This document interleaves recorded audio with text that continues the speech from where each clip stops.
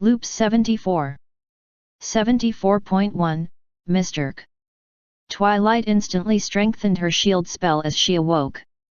Many exceedingly short loops had taught her to do this rather than to drop her shield and take the brief amount of time to figure out exactly what was going on. It was a good thing she did, as a naval strength beam the width of a large building suddenly impacted her lavender barrier and then deflected off into the early morning sky. Then her memories hit. Apparently a few days ago, only a week after her first trip to the Grand Galloping Gala, a large spacecraft started to deposit an invasion force comprised of soldiers, aircraft, and armored vehicles. Translated messages called out for the Equestrians' immediate surrender to the Great Centauri Empire. The princesses were empowering a magical planetary force field that prevented orbital bombardment by energy or fast-moving projectiles. Twilight, however, suspected that Celestia and Luna really wanted their ponies to be able to stand on their own legs rather than depend on Alicorns to solve all their problems. It looked like the princesses would take no direct action unless there was an extinction-level threat or they had to deal with beings on roughly the same level as themselves. Looping Twilight had identified the ship as a Primus-class battle cruiser and idly wished that Diamond Tiara had been looping, as she would know more about the ship's capabilities and armament. The battle had been raging for 2 days ever since the ponies met the invaders on the outskirts of Ponyville proper. Most of the Pegasi soldiers used lightning storms, tornadoes, and rapid blitz-style attacks, while the Wonderbolts kept the invaders' aerial fighters busy. Earth ponies would find small separated Centauri squads and charge them, weathering most of the incoming weapon fire as they stampeded into melee range. Unicorns would either snipe debilitating spells from long range, act as artillery with their telekinesis and exploding cannonballs, or do what Twilight and her brother were doing by shielding groups of ponies from the aliens' heavy weaponry. Currently, everything was chaos. Smoke and flashes of energy and magical blasts crossed the battlefield. Yesterday, Zecora led a counter-invasion effort by burning bonfires made of poison joke and having Pegasi blow the resulting smoke at the enemy. The Centauri quickly donned their combat hazmat suits and masks, which were made to protect against chemical warfare. Unfortunately for them, poison joke was a magical plant. So while they were confident that their protections had worked, as nothing appeared to had happened during the first day, all the random debilitating changes occurred on the day after. Some of the invaders lost feeling in their arms or legs or coordination, others changed size or species or body parts. The first officer woke up with his butt and legs on backwards, while the captain's mighty hair crest vanished completely, leaving him as bald as a Centauri spinster. That was probably the final straw which made him call his ship down to the planet and fire the energy blast. The same high-energy particle cannon blast that Twilight had just deflected. The one that left her a breathless, panting wreck by draining so much of her internal magic so quickly. That was amazing, little sister. Don't worry, Chui. If that thing fires again, we're all with you. Shining Armour announced as the unicorn shielding team gathered on Celestia's pupil, priming themselves to synchronize with her if the need arises again. The lavender unicorn in question nodded as she looked through the haze. Under the light of Luna's early morning moon, she saw a huge storm front that was heading in from the ever-free forest, since there were no free Pegasi available to disperse it. On the battlefield, ponies were being hurt or worse. Rarity was leading a sniper team, Applejack and Big Mac were each at the head of their own cavalry squads, Fluttershy, with tears in her eyes, was helping out with the wounded, and Rainbow Dash. Rainbow Dash had taken one look at the descending spaceship and fled from the battlefield as fast as she could fly. Pinkie Pie had been missing for a week. Twilight's memories stated that Pinkie vanished on her way home from a baking symposium. The only witness, a berry punch that was predictably full of cooking sherry, claimed that a giant scary pointy spider zapped up the pink pony with a beam of light and flew off into the sky. The search parties were cancelled a few days later when the invasion happened. It was very suspicious timing, Twilight thought to herself, reasoning, most likely the Shadows found the most opportunistic Centauri captain they could and sent his ship off course in hyperspace until it arrived here, at what appeared to be an easily conquerable low-technology world. The equestrian looping anchor quickly sent out a pulse through the elements of harmony. After a long pause, she got one reply from very, very far away. The element of laughter. Pinkie Pie was awake. Pinkie Pie was awake and amused. The shadow ship had finally arrived at Zahadam and unloaded its captured cargo. Feeling the presence of something new, the first one that called himself Lorian, the self-described most ancient being in the galaxy, emerged from his self-imposed isolation to look upon a small pink grinning pony.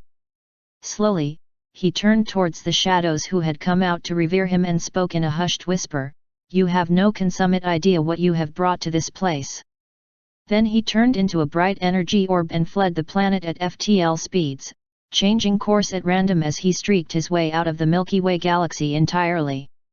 The shadows turned back to look at what they assumed was an unusual, if primitive, life form. Pinkie Pie was waving at the rapidly departing first one, by Mr. Glowy Ball. "Wow, he's fast. He's going to be a hassle to track down, but I'm sure I'll give him his invitation. Eventually." Then she looked at the assorted advanced aliens in their black carapaces. "Look at all of you, all shiny and pointy. I've heard of you. You guys like chaos, right? Well, I like chaos, too. So I can just tell we're going to be the best of friends, and you know what that calls for? A party." Confetti, streamers, and positive emotions flew out of nowhere and into the air as the shadows slowly started to wonder if they had made a mistake. Twilight was using all of the planning skills that made her so successful at organizing winter wrap-up. Utilizing her magic, she was able to project her voice to the needed ponies. "Sniper Team 5, more support to the Earth Pony Cavalry on your right. Airstrike Team 16, give some support to Spitfire's group with those aircraft. Cavalry Team 3, nice work toppling that armored vehicle, but there's another 2 coming in on your left flank. Shield Team 1, get ready. That ship looks like it's about to fire again." Idly, Twilight wondered why the massive spacecraft was only using its secondary guns instead of the rapid-firing X-ray lasers. Either the captain wanted to enslave more than he wanted to destroy, or else Luna was doing something with the atmospheric refraction skills that she usually used to move starlight around. Suddenly, there was a loud boom of something hitting the ground to Twilight's side and a small explosion of dirt and dust was kicked up, but as it dissipated, Twilight was able to see a form in the middle that slowly resolved itself to reveal, Rainbow Dash. "You came back." "Of course I did," the blue Pegasus smiled while she held a proud triumphant pose. "When I saw that thing, I knew I was the only pony fast enough." Twilight was confused. Fast enough for what? Rainbow Dash's smile broadened as she pointed at the sky. "Fast enough to bring that." Twilight followed her friend's hoof and looked at the gathering storm. Lightning and thunder was increasing in frequency from the middle of the tempest. The unicorn squinted as she thought she saw something very, very large moving inside the grey ominous weather pattern. Then a massive form breached the outer edge of the storm as the entirety of the many miles wide city of Cloudsdale, in travel configuration, emerged from the cloud bank. Propelled by hundreds of Pegasi, the enormous city was as dark and oppressing as the storm which had camouflaged it. Lighting cracked as the entirety of the remainder of the adult Pegasi population was stomping and jumping and generating electricity, all of which flowed towards a glowing and flickering center that was already near blinding in its intensity. Twilight Sparkle watched with her mouth opened, along with most of the combatants on both sides of the battle. She had seen Pegasi cities moving before, but it was a very rare loop when such a thing happened. It was much rarer to see the city armed and ready for war. She quickly gained back her wits and started calling for an immediate retreat from the battlefield to all pony teams. Sensing the danger, the alien ship fired its charged weapon at the city, only for the beam to pass harmlessly right through it, because ultimately, Cloudsdale was still only a cloud, and beams made to penetrate capital ship armor were never designed to fight a cloud. The loose water vapor around the spot where the beam passed through was converted explosively to steam, but centuries-old layered safety spells and Pegasus magic narrowed down the affected area and prevented a catastrophe. Then a few Pegasi caught any dissipating cloud matter and shoved it back into place as the city inexorably made its way into position, dwarfing the kilometer-and-a-half long Primus under its shadow. A few stray bolts of magical lighting lashed out and struck the ship's engines, preventing any attempt at escape. When the ship was directly underneath the Cloud City, a certain grey and blonde Pegasus mare flew downward as fast as she could and struck the accumulated energy in the center point, without being electrocuted herself this time. A massive bolt of magic and electricity the width of a skyscraper shot downwards and impacted the alien spacecraft with a thunderous noise. The instructions given to it by the Pegasi at the moment of its creation told the lighting energy's rudimentary subsapient intelligence to seek out and disable anything it could. That is exactly what it did. It bypassed the starship-grade armor by seeking out every opening. Thaumaically guided electricity coursed through the superstructure, through the computer systems, and through the hapless aliens both inside the ship and on the ground. Then the circuit was complete and the Cloud City's Alpha Strike energy vanished. The blackened and broken alien ship started to fall out of the sky, only to stop just as suddenly as the massive thing became enclosed in the blue aura of a unicorn's magic field. Princess Luna stepped out onto the field, her horn glowing with a matching blue aura.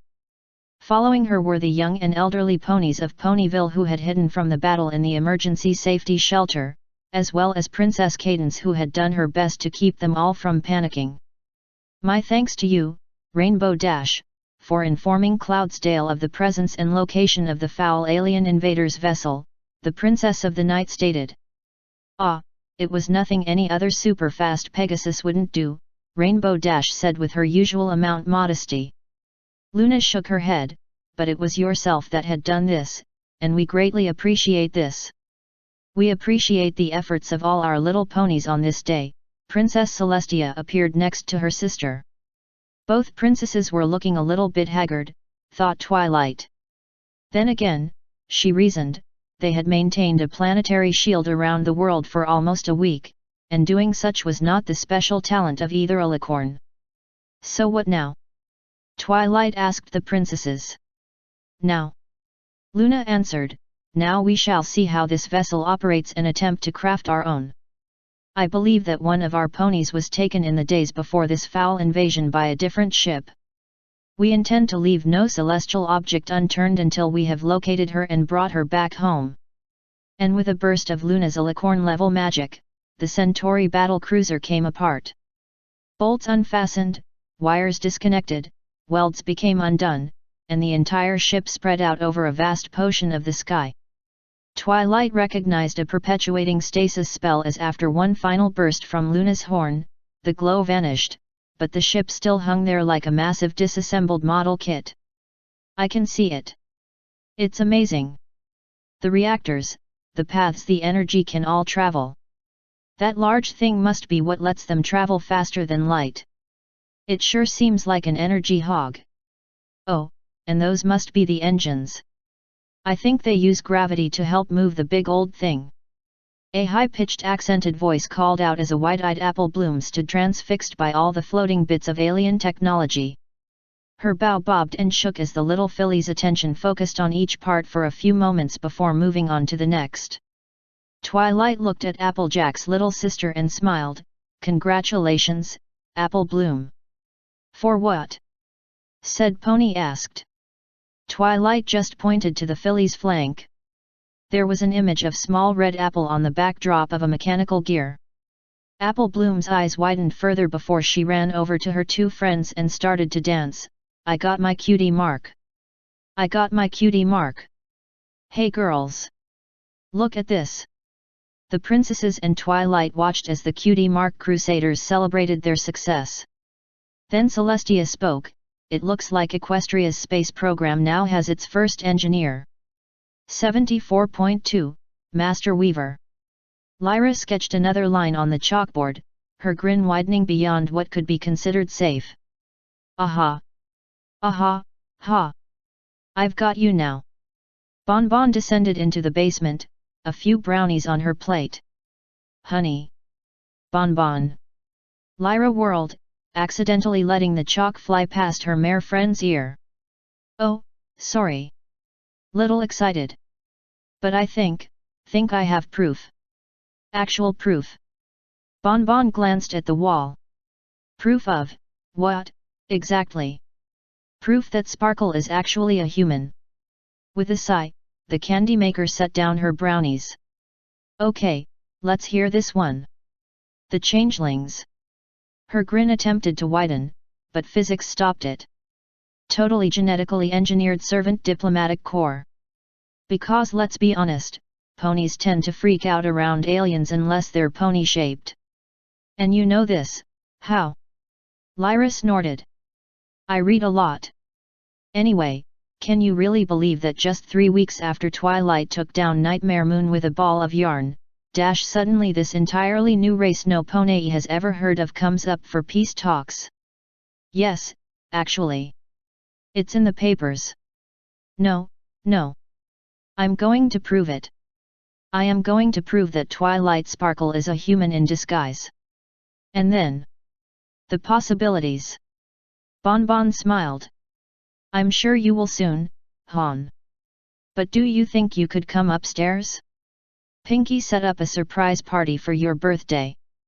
74.3, Crisis. This variant had been unnerving Twilight for one very good reason. The local variant of Pinkie's hair was perfectly straight the entire time. Oh, she wasn't like those sociopathic versions of herself that preferred the sad Pinkie hairstyle from those disturbing loops that still gave Twilight nightmares from time to time. No, Pinkie was every bit the hyperactive party pony she usually was. Though it was now time for Pinkie's sister to visit and Twilight was looking forward to getting a picture of the two pies with identical hairstyles to show her looping friend when they next met. Here she comes, Twilight thought to herself as she fiddles with the camera before turning to capture her friend and her sister for posterity, and nearly dropped the thing in shock. The eternally stoic Maud Pie's hair was as poofy and curly as she was used to Pinkie having. Twilight stared for several seconds before reaffirming to herself that the loops had one weird bucking sense of humor. 74.4, Mr. K. Oh, I know. We can play origin stories. Pinkie Pie spoke up happily. All the ponies had gathered in Twilight's library, and all of them were looping this time. Luna was planning to return in true heavy metal rock concert form. Everything else seemed more or less baseline. No pony else had a good idea of what they could do this loop, so they had all met for Twilight's not at all surprised party. I hesitate to ask, Sugar Cube, but what's origin stories and how would a pony play such a thing? Applejack asked. It's easy. Pinkie chirped, well you know how some loops, our past is all strange and different? Like some loops I remember having only 2 sisters, and others I had 3. It's almost always 3 now that Maud showed up in the latest loop expansion. But sometimes, my history is really strange. Sometimes, I don't even start out as a pony at all. I bet you all had strange loop histories like that. In this game, we each describe what our strangest loop origin was. The best strangest origin wins. Wins what? Scoodalo chimed in. Pinkie shrugged, just wins. Bragging rights, maybe? And changelings don't count. We've all been changelings. Silver Spoon is secretly a changeling right now. I'm. Said Pony started to say as her changeling instincts were screaming at her to flee. Knowing exactly what to do in this situation, Diamond Tiara trotted up and gave her oldest friend a gentile nuzzling hug. Silver Spoon relaxed and smiled, so tasty. Like I said, we've all been changelings, Pinkie continued as she sipped her sugar colada drink. What about you, Applejack? Any good strange stories? There was the time when the Apple family were secretly immortals.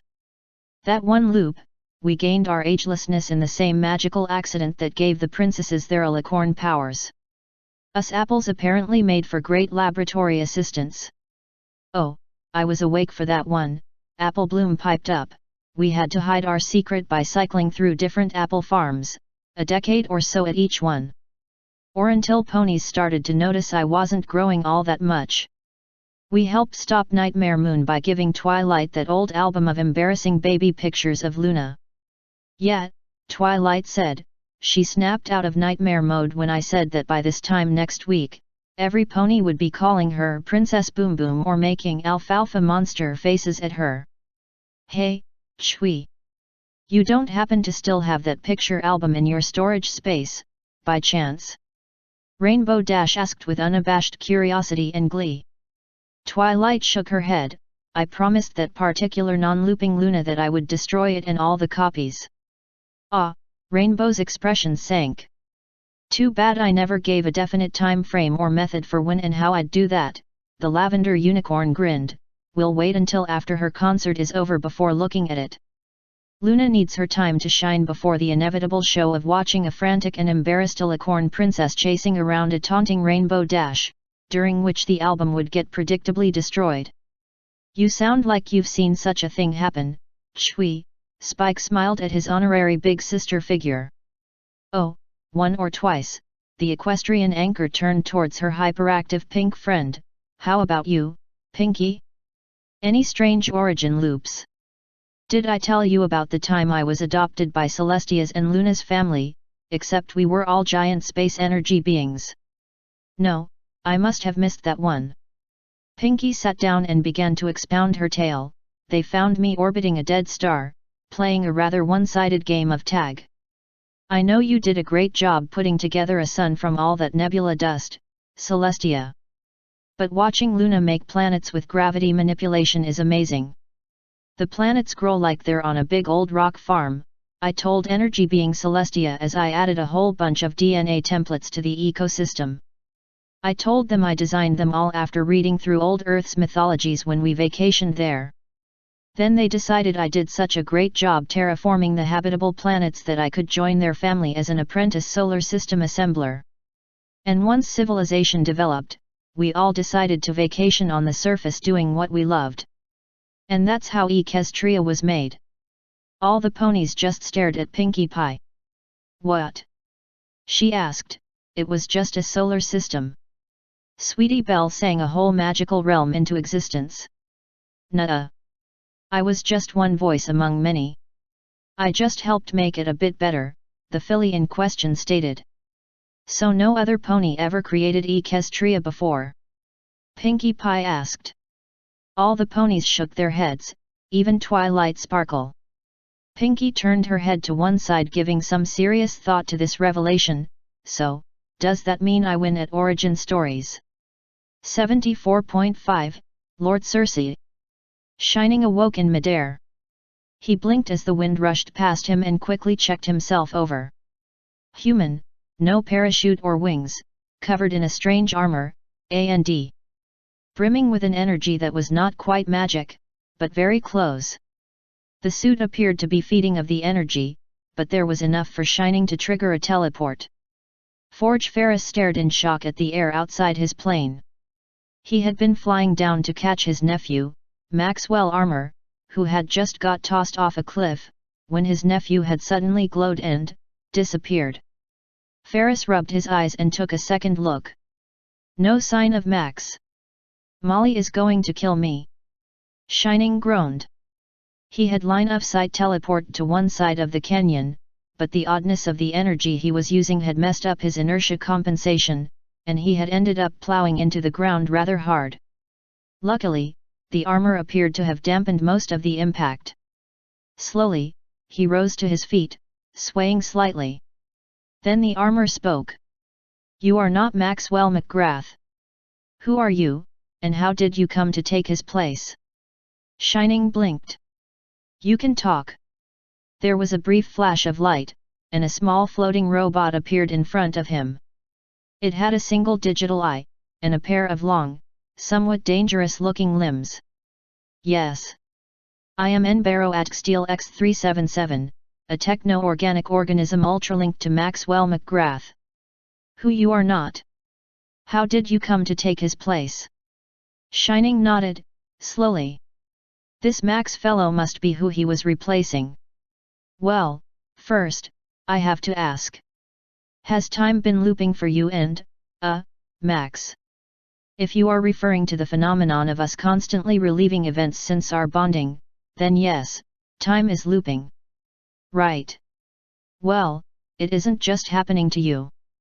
Hold on, I'll pull out Twilight's presentation notes.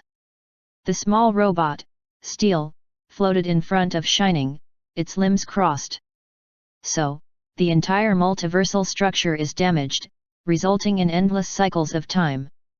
Occasionally, beings such as yourself will cross into our universe, and we may cross into other universes. You are originally an equiniform who can manipulate an energy similar to turbo energy to perform feats you classify as magic. Shining nodded. Yep. Steel floated around, then shrugged. Can't be worse than being piloted by Max. Alright, so let's see how you fire monster. Shining had only a moment to react before a burning fist slammed into his side. He was hurtled sideways, slamming into a rock spire. He rose up on one knee and stared at the large burning creature that was attacking them. This is the thing we were fighting before we woke up, right? Affirmative. I neglected to dampen your turbo energy signature while I was assimilating the information you provided, so it was able to track us. Shining nodded, then smiled thinly. Normally, I prefer defense to offense, but there are some ways I've found to do both. Tracking his nephew's energy signature, Ferris spun the ship around an outcropping to a rather unusual sight. Max was standing in the middle of the canyon, his hands outstretched with turbo energy pouring outward. At the other end of the stream, the energy was shaped into a flat barrier, which was pressing down on the fire monster that Ferris had spotted from the air. It appeared to be struggling, but the barrier Max was making was keeping it pinned. All in all, Max appeared to be healthy, which was the important thing. Maybe Molly won't kill me after all. 74.6, Dalksine. Twilight walked through Ponyville, as she would in Baseline. The only thing different was a lack of normal false transition colors between the spectrum of nearly infrared and almost ultraviolet on the color wheel. Some would call it negative green. Most referred to them as shades of pink. Odd, to be sure, but she didn't know what it could possibly change about the loop. Until she met Pinkie, who was still pink and awake, so it made sense to ask. So, you know why there's no pink anywhere else? Oh, of course, Twilight. Pinkie replied, and shook her mane. The unicorn had to admit her friend was looking rather vibrant lately. One might even call her oversaturated. Oh no. I'm actually replacing Discord this loop.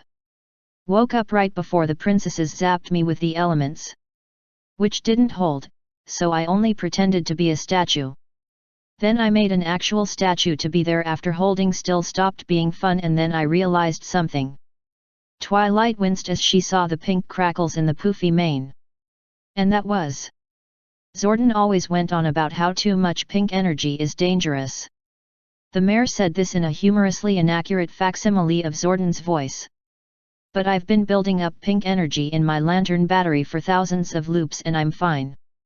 So I decided to suck up all the pink in the world and build it up and see what happens when I. The crackling intensified for a moment before Pinkie exploded. Twilight was jarred awake by a force she couldn't identify. She glanced around and then down at her book about Nightmare Moon and shook her head. What happened with Pinkie was odd. Still, time to assess her surroundings. She would have expected so abrupt an early end to a loop to send her to G1 at least, but an odd monochrome version of Baseline worked too. And then she realized that her loop memories had always had the world in various shades of one color, which her awake mind had initially translated to grayscale, when it should have actually been varying shades of the color pink. Incredibly odd, but still. Then she saw the mares walking up, and greeting her, all of them Pinkie Pie. So Twilight, you want to go to the party, right? You're coming to the party later, aren't you? Party party party. What about you, Spike? This last one jolted her out of her intensifying panic attack as she glanced back, and saw a very small, but adult, Pinkie Pie. Of course we're going to the party, right Twilight? She contemplated screaming, but then the universe lurched backways. Use all the pent-up pink energy to purify Nightmare Moon. Oh, this is going to be interesting, don't you think so? The only pink mare in the world finished with a grin. Twilight glanced about at the seemingly normal world save its lack of pink. She took a calming breath and thought for a moment. I'm really not sure if this is a good idea, Pinkie. 74.7, Zetrain.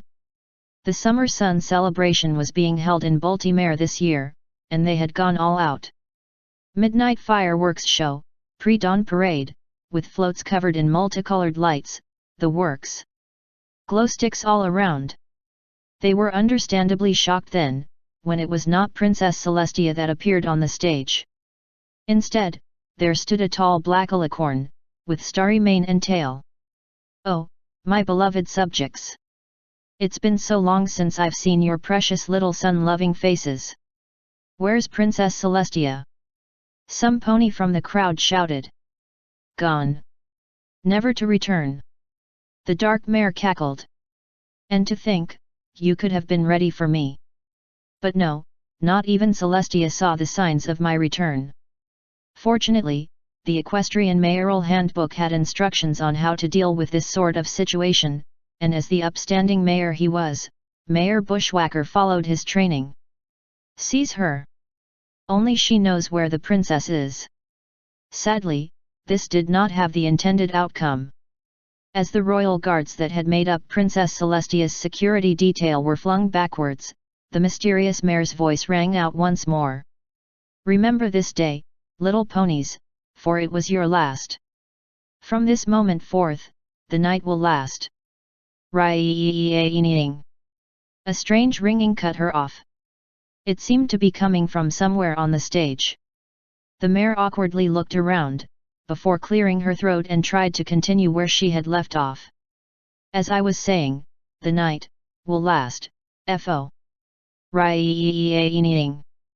Oh, for the love of... Turning to one side, the crowd saw her pull a small black rectangle from under her petrol, which seemed to be the source of the obnoxious ringing. As it stopped ringing, she held it to the side of her head, and started yelling at it. What is it? I'm in the middle of what? Wrong, you're kidding. You're kidding, right? Wrong booking. By now, the smug confidence that the mare had appeared with, was quickly being replaced by angry embarrassment. Yes, I'll still be there. Let me just fix this, and I'll be there. Seemingly calmer now, she turned to address the crowd. I'm sorry, every pony, but it seems there's been a mistake. I'm supposed to be attacking Ormini. Those close to the stage heard her mutter something about how embarrassing this was. With a flash of magic, Princess Celestia appeared on stage next to her. As the crowd sighed in relief, the mystery mare addressed the princess. Hey, Sully, sorry about all this. My agent screwed things up. You know how it is, some entry-level evils think they can do things without the rules, and it eventually messes things up for the rest of us. Luna? What? I don't. How are you? To the crowd, it seemed their princess was having as much trouble as they were at making sense of that. Listen, I've got to go. If I'm not there in half an hour, they'll have to find some pony else to attack that country, and I'll lose the commission. Say, next year is the 1000th anniversary of you defeating me, right? The mare, now identified as Luna, wrapped a foreleg around Celestia's neck in a friendly manner. Yes, but Luna, how? Once again, Luna cut her off. I'll come back then, we'll do a thing. You know, good versus evil, and all that? We can catch up after. Ciao. And with that, Luna teleported away, leaving a distraught-looking princess, and a crowd of very confused ponies. 74.8, Mr. K. This is not a good thing, Pinkie Pie said to Ryuk as she examined the small notebook. So you are not one that is tempted by the power of life and death which this book offers. Nope, but that's not why this death note isn't a good thing. There's 3 reasons. Really? Oh, and what are these 3 reasons? Asked the death god. Well, first of all, heart attack? That's like the most boring way to go ever. I mean, I can only think of 44 Final Destination meets the Three Stooges comedic ways for some pony to kick the bucket right off the top of my head. But that's not the first reason. The first reason is that good folk wouldn't want to kill any pony. But if I did have an enemy I hated so much I was tempted to write their name in, I wouldn't want to kill them, anyways, Pinkie stated. Then her happy smile turned very unsettling. I'd want them to suffer. For a long time. The second reason is that even if I was capable and willing to kill, the pink pony's mane was now very straight and ominously covering one of her eyes in shadow. In one hoof, she raised the offending notebook and briefly concentrated on the power that had always let her teleport around. For a split second, the top half of the death note suddenly shared the same space as the bottom half. Then, with the force of 2 preteens thinking that the other was infested with cooties, the atoms rapidly moved apart to give each other their needed personal space and the mystical death note exploded into so much confetti. Ryuk slowly moved away from the pink pony whose grin now threatened to split her face in 2. If I was willing and capable of killing, I'd do it myself. Personally. Just like popping a balloon. Stalking forward like a large hunting cat, Pinkie moved steadily through the falling confetti towards the retreating death god, making little popping sounds, pop. Pop, pop, pop. Oh, and the final reason. You see, if ponies knew I could do this, they would be scared of me. Really, really scared. And I really don't want that to happen. Pinkie stopped moving and looked away. Then one of her blue eyes slowly swiveled back to track the frightened Shinigami, but then again, you're not a pony. Are you? And with that, the terrified Ryuk fled back to his home realm as fast as he could. Pinkie Pie stared at the empty space for a moment before re-inflating her mane. She gathered a broom and dustpan and began to sweep up all the little deadly pieces of paper before taking them downstairs to the kitchen and throwing them into the magical fire under the stove. The pink pony stared at the flickering flames for a little bit and then spoke to herself, for some reason, I feel like making a batch of cupcakes right now. Nah, too much work. I'll just go grab a bag of potato chips and eat them, Pinkie thought to herself for a moment. Then a sudden idea pushed the thoughts of meeting the unpleasant ghosty monster away. Oh! Or maybe potato chip cupcakes. If any pony could make such a thing tasty, it would be me. To the baking supply closet. 74.9, Master Weaver. Gui's who? Trixie hummed contemplatively. Normally this would be difficult, but there are still holes in your hooves. Spoils sport. Chrysalis stuck out her tongue, withdrawing her forelegs. Anyway, I have this thing for us to do today, if you're not busy. The unicorn cringed. Actually, I, kinda had plans to hang out with an old friend. It's been a while, and, well. Oh. Chrysalis took a deep breath, and let it out. It's okay. I'm trying not to be possessive or anything. I just... She trailed off, her hoof circling on the ground. ... Hey, maybe you could join us. Trixie shrugged. I doubt she'd really be that upset. Ha. Sure, why not? Dodge left. Chrysalis barely managed to slip under the massive scaly tail as it swung, rolling down the humongous pile of golden trinkets. This is what you two did for fun. Gilda laughed. Ha, yet. She pulled out a massive blade and parried the dragon's claws. It's great, ain't it? I wouldn't say that exactly. Exhilarating, maybe. The changeling queen morphed into a newt just before a gout of dragon fire passed through the space she'd been standing. Trixie slid down, flicking her up onto her hat with her tail. Oh come on, you always won at magic tag. I had an army. The newt shot back telepathically. I'm a tactician. I'm not a warrior.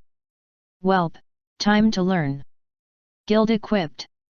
Come on, you beat up Celestia in the baseline, and I know Trixie's been powering you up. She sidestepped a biting jaw. Or you could use an ability from out of the loop. I don't have any out of loop abilities, I haven't had a fused loop yet. Oh my gosh, those claws were way too close. Trixie sighed. Gilda, I think we should call it a day. Yeah, okay. The griffin ran for the cavern entrance. I'll distract him, you two teleport. 74.10, Red Shirt Zombie. Nightmare Moon, well, Nightmare Luna, considering her uncrazed state of mind, quietly flew through the ether between her moon and the planet below. She had felt her co-conspirator from a couple loops ago signal, but not her sister, meaning that her current devious plot was ready, and the stars had already loosed her from their hold. Now, to see if they could achieve the impossible, again. Atmosphere thickened from infinitesimal to ephemeral to minuscule, and Luna flared her wings to break. Flying in was always a quiet joy, and while sometimes her wings ached from a millennium of atrophy, and other times she wanted to have a more ostentatious approach, this loop required a quieter entry, and a brief moment dancing among the aurora was always worth it. Like, say, those just up ahead. Hopefully, her co-conspirator won't mind, but that sinuous shape steering on an intercept course implied that the old adage of tempting fate held even the Alicorns at its expense. Discord slid up beside her, and pointed towards Canterlot. Shall we? A brief, longing glance at the auroras, and Discord raised an eyebrow. Can it wait for a moment? She usually waits for my arrival. Discord glanced over, saw the stellar formation, and nodded. It can wait.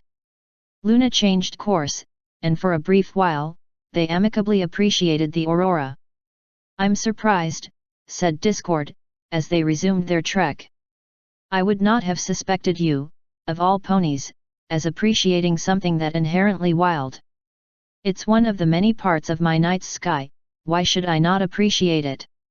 Discord pondered, as they slipped over the outermost cliffs of Canterlot. Good taste, he concluded, but now to action. A snap of his fingers, and his form changed, superficially, but enough for the intended effect. Luna's horn flickered, before shifting its glow to the ultraviolets past equine sight. Her body, too, was covered in a secondary, superficial coat, just enough for the intended effect. With that, they flew to the upper balcony connected to Celestia's room, unchallenged due to the guard's orders that night.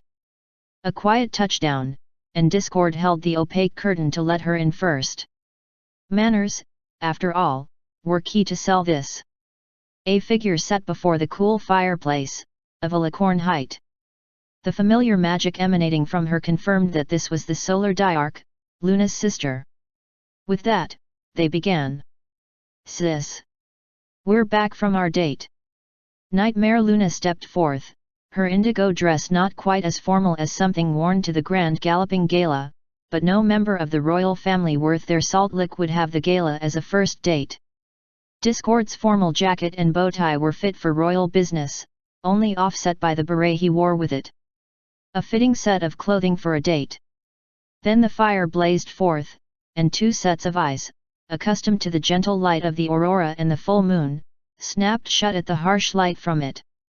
Something in Luna's gut twinged, evidently, this Celestia was not willing to play along. Alas, the best plans of Draconequus and mares. Sister. I think we need to discuss responsibility, said Celestia. 1,000 years ago, you courted forces I would not consider, and took the title Nightmare Moon. 1,000 years ago, I had to send you to the moon, for the safety of Equestria, and since then, I have had to move my sun, your moon, and the stars. Luna peeled her eyes open a little, and stared at her sister, her jaw falling open in disbelief. With a crank.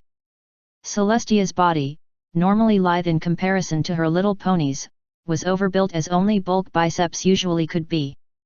Luna and Discord just stared, jaws agape, glanced at each other, then looked back to the flash of a camera. Celestia, for her part, had resumed her normal build and smile. To be fair, you two make a lovely couple. The two would have been pranksters slowly turned, and looked at each other, before the realization that they had been out-pranked set in. 74.11. Well, Luna? Celestia asked, smiling with perhaps a hint of nervousness. Was your room all right? 'Tis fine, sister. Luna looked a little awkward. I do not comprehend the meaning of all these new fittings and furnishings, but 'tis only to be expected after so long. Yes, well. Celestia couldn't think of much more to say after that. How are the ponies who aided me? Luna asked, brightly. Twilight and her friends? Well, Twilight decided to stay in Ponyville, to learn further the magic of friendship. I have asked her to send reports when she makes progress. Perhaps we could read them together. I thank thee, sister. Luna nodded, slowly. It would aid my recuperation, I think. That sounds good. Celestia matched her nod, pleased that they had found something to work with. She turned to go. And a large scroll materialized in a curl of green fire. Oh! Celestia said, smiling wryly at her sister. It seems her first report was early. Shall we? Luna frowned. Very well, if thou dost have the time to spare. Celestia trotted over and sat down on Luna's bed, next to the princess of the night. Luna shuffled up a little to make room.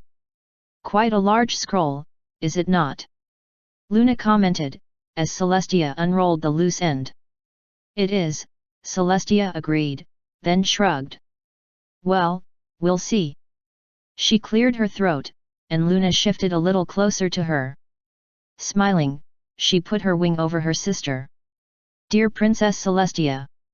After some intensive friendship studies, I have learned the following lessons. I've learned that one of the joys of friendship is sharing your blessings. But when there's not enough blessings to go around, having more than your friends can make you feel pretty awful. My friend Applejack is the best friend a pony could ever have, and she's always there to help any pony. The only trouble is, when she needs help she finds it hard to accept it. So while friendship is about giving of ourselves to friends, it's also about accepting what our friends have to offer.